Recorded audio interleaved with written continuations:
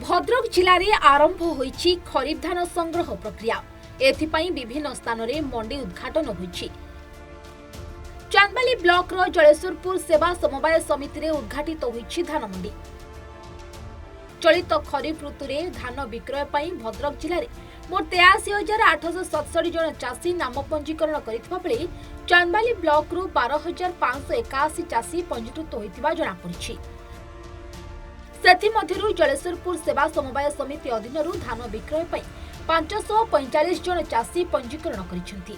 Chandbali block रे मोट 27 T मंडी रे धान संग्रह करा जिवो। सेथिरु 21 टी स्थान रे समवाय समिति और 6 टी स्थान रे स्वयं सहायक गोष्ठी धान क्रय करबाकू स्थिर होइछि। सरकारी नियम अनुसार स्वच्छतार सहित चाषी मानक ठारू धान संग्रह करा जिवो बोली सभापति सुदर्शन महंत प्रकाश करिसेंति। जलेश्वरपुर सेवा समवायर समस्त चाषी और भाई भौणी मानक नववर्षर अभिनंदन। आमर जलेश्वरपुर सेवा समवाय 2टी पंचायत नहीं गठित। ये 545 जन लोक पंजीकृत कर धान किणा आज आमर शुभारंभ है। सरकार गाइडलाइन अनुसार धान मिलर टार्गेट देले आम धान किणा आरंभ कर 2023-24 545 जन चाषी आमर धान सरकारी मंड देवाई पंजीकरण कर सरकार टार्गेट आमको दे सारे। चाषी मान जिते शीघ्र धान आणवे आम किणा प्रस्तुत अच्छु।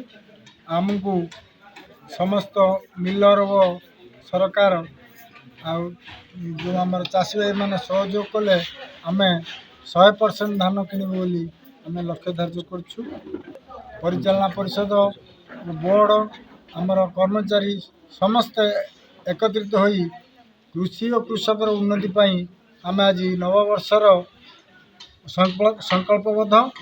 आज धान मंडी उद्घाटन कार्यक्रम में संपादक वृंदावन भड़क समेत बोर्डर सदस्यगण उपस्थित रही।